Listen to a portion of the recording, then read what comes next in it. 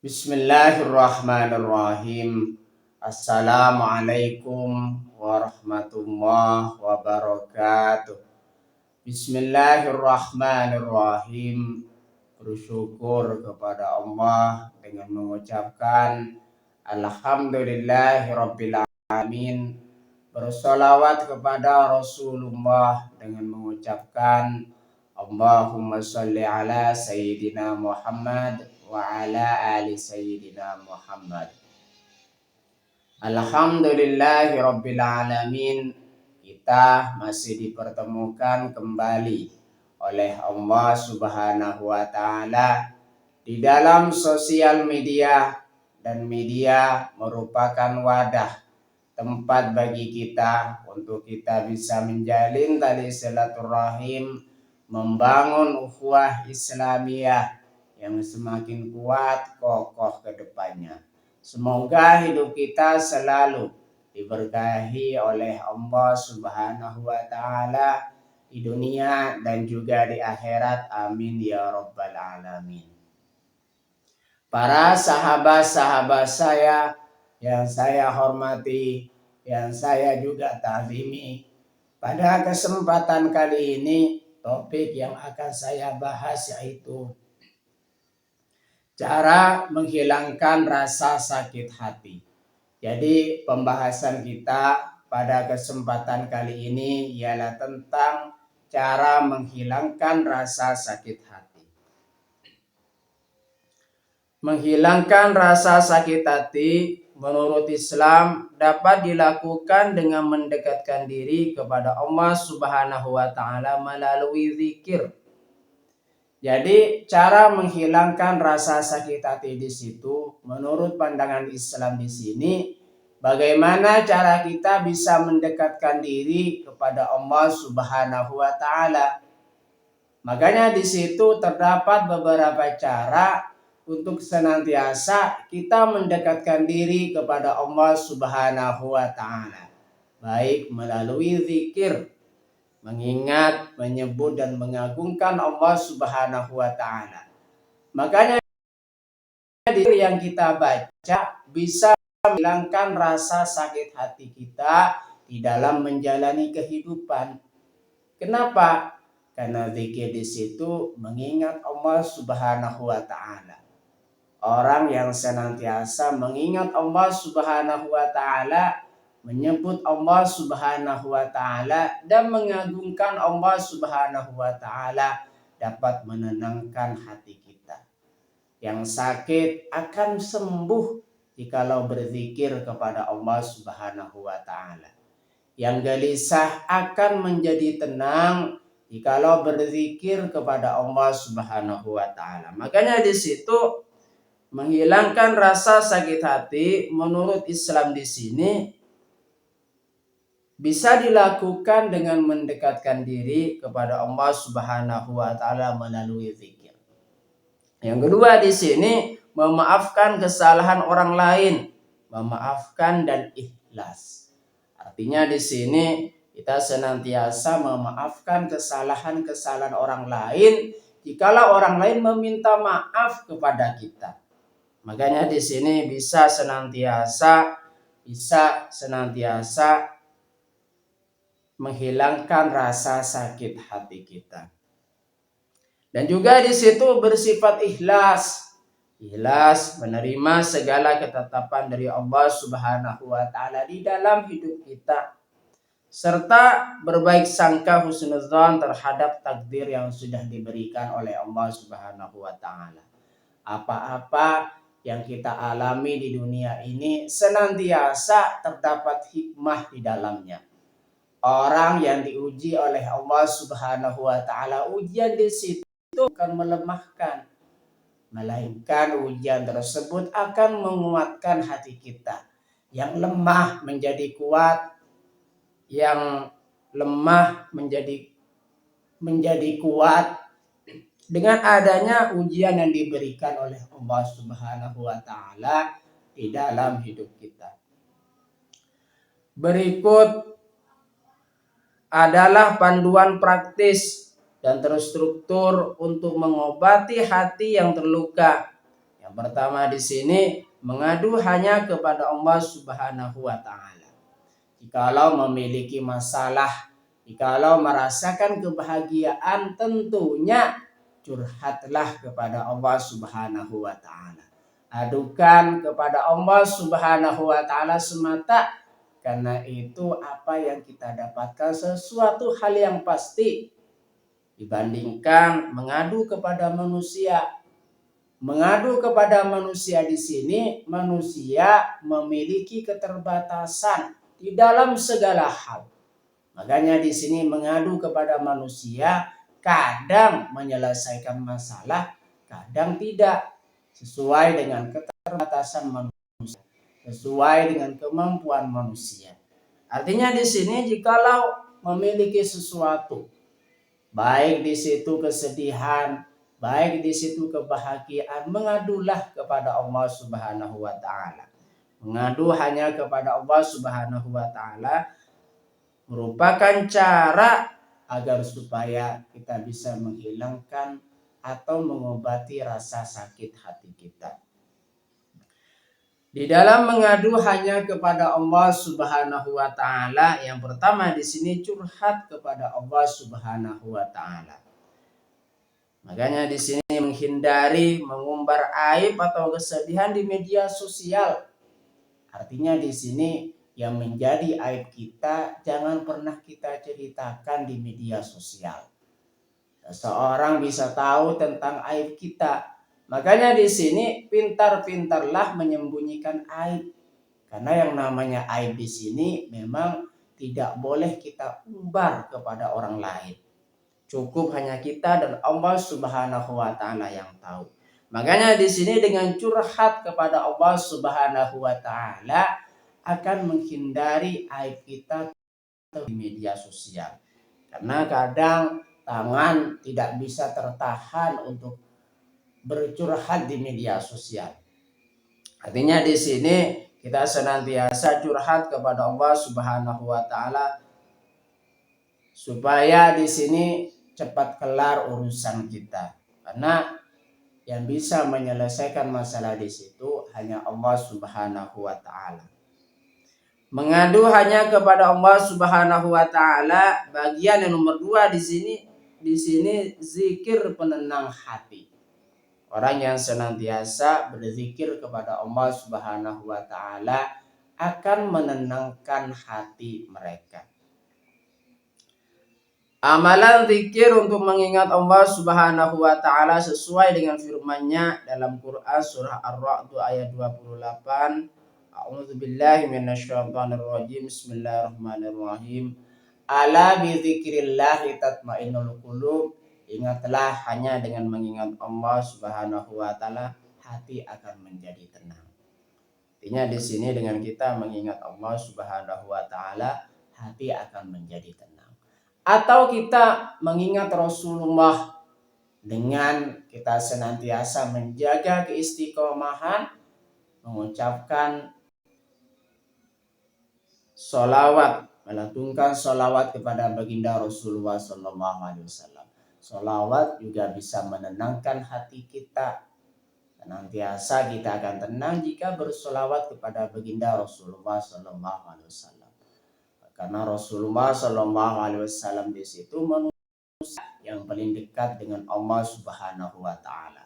Makanya dengan kita melantunkan sholawat, kita tersambung dengan Allah Subhanahu wa taala lewat Rasulullah. Kita dekat kepada Allah Subhanahu wa taala lewat Rasulullah SAW. Itulah keistimewaan orang yang senantiasa menjaga istiqomahan kita, menjaga keistiqomahan di dalam bersolawat kepada baginda Rasulullah SAW. Dengan mengingat Allah Subhanahu wa taala, hati akan menjadi tenang. Bagian yang kedua dari cara mengobati hati yang terluka atau mengobati hati yang sakit. Bagian yang kedua di sini memaafkan dan melepas dendam. Menahan amarah dan memaafkan. Dalam Islam, memaafkan adalah tanda ketakwaan. Orang yang memaafkan saudaranya akan mendapatkan ampunan dari Allah Subhanahu wa taala. Jadi di sini memaafkan dan melepas dendam. Jangan pernah mendendam di dalam hati. Dendam di situ ibaratnya sebuah api yang tergumpal. Dan jikalau dipendam di dalam hati, tentunya di situ akan membakar hati kita. Makanya di sini jangan pernah terdapat rasa dendam kepada seseorang. Senantiasa kita bisa menahan amarah dan memaafkan kesalahan orang lain. Tapi di sini manusia harus memiliki tata krama. Jangan pernah tidak meminta maaf terhadap kesalahannya. Makanya di sini jikalau seseorang sudah meminta maaf, memaafkanlah atau maafkanlah kesalahan mereka.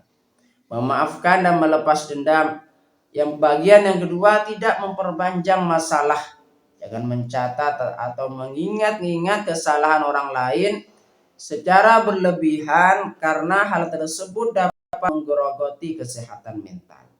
Artinya di sini jangan pernah memperpanjang suatu masalah. Jikalau seseorang sudah meminta maaf, maafkanlah kesalahan orang lain. Jangan pernah mengingat-ingat kesalahan orang lain. Karena di situ jikalau kita mengingat-ingat kesalahan orang lain, tentunya di sini akan mengganggu terhadap kesehatan kita.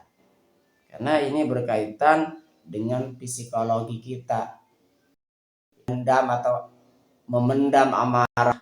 Jikalau selalu mengingat kesalahan-kesalahan orang lain, tentunya tidak akan baik terhadap diri kita.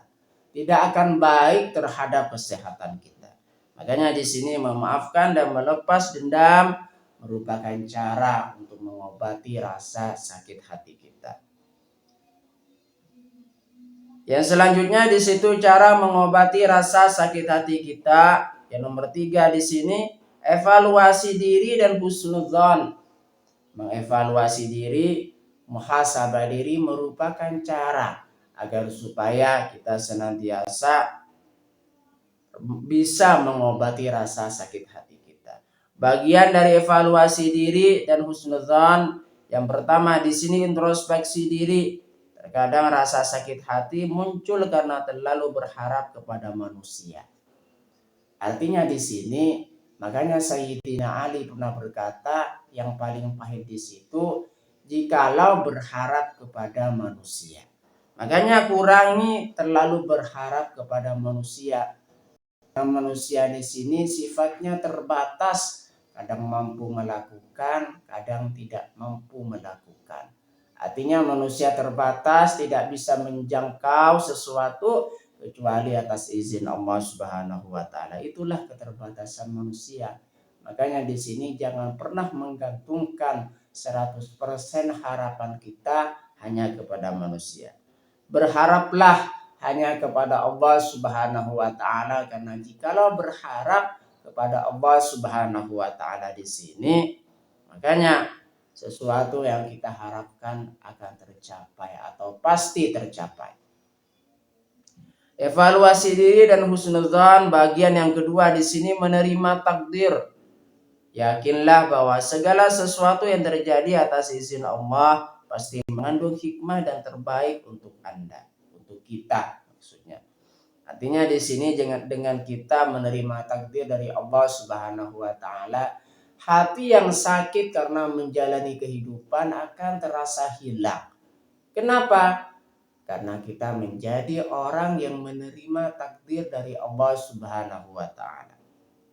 Bagaimana langkah praktis sehari-hari dalam mengobati rasa sakit hati? Yang pertama, sholat dan ibadah malam. Lakukan sholat, baik di situ sholat wajib ataupun sholat sunnah, dan membaca Al-Quran untuk menjernihkan hati dan pikiran. Artinya di sini kita senantiasa membersihkan diri kita baik secara batin maupun secara lahir, agar supaya kita senantiasa menjadi orang yang tenang. dan terbebas dari sakit hati dan terlepas dari sakit-sakit hati di dalam menjalani kehidupan. Langkah praktis sehari-hari di dalam mengobati rasa sakit hati yang kedua di sini berbuat baik. Makanya di sini orang yang senantiasa berbuat baik terhadap orang lain akan bisa mengobati rasa sakit hati. Termasuk di sini orang yang bersedekah. Orang yang bersedekah di sini mampu mengobati rasa sakit hati. Mampu mengobati atau menyembuhkan berbagai penyakit. Karena sejatinya penyakit yang kita alami di sini merupakan sumber dari penyakit hati. Makanya bersihkan penyakit hati terlebih dahulu agar supaya hidup kita akan terasa ringan dan tenang. Karena yang namanya penyakit hati di sini sangat mengganggu terhadap kesehatan kita baik lahir maupun batin. Bagaimana doa yang diajarkan oleh Rasulullah SAW agar supaya kita senantiasa bisa mengobati rasa sakit hati kita. Rasulullah SAW mengajarkan a'udzu bi'izzatillahi wa qudratihi min syarri ma ajidu wa uhadzir. Artinya aku berlindung kepada Allah dan kuasanya dari keburukan yang kurasakan dan kukhawatirkan. Hadis riwayat Muslim. Artinya kita senantiasa berdoa bisa dengan cara doa ini. Aku berlindung kepada Allah dan kuasanya dari keburukan yang kurasakan dan kukhawatirkan. Doa supaya menghilangkan rasa sakit hati kita, ini doa yang diajarkan oleh baginda Rasulullah sallallahu alaihi wasallam. Adhibul basah Rabban nasih washki anta syafi la shifa'ah illa shifa'uka shifa'an la yughadiru saqaman. Artinya hilangkanlah rasa sakit ya Allah Rabb manusia.